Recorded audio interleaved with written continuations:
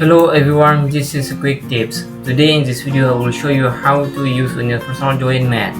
Just do like this. In this case, I have two shafts and I want to connect the shaft with one mat.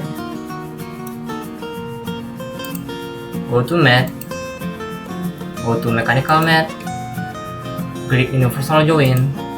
Now you have a parameter. Click this face and this face and click OK. See?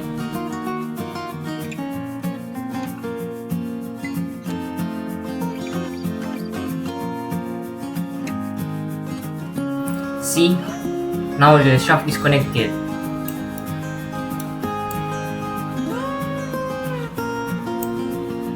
Now you know how to use universal join method.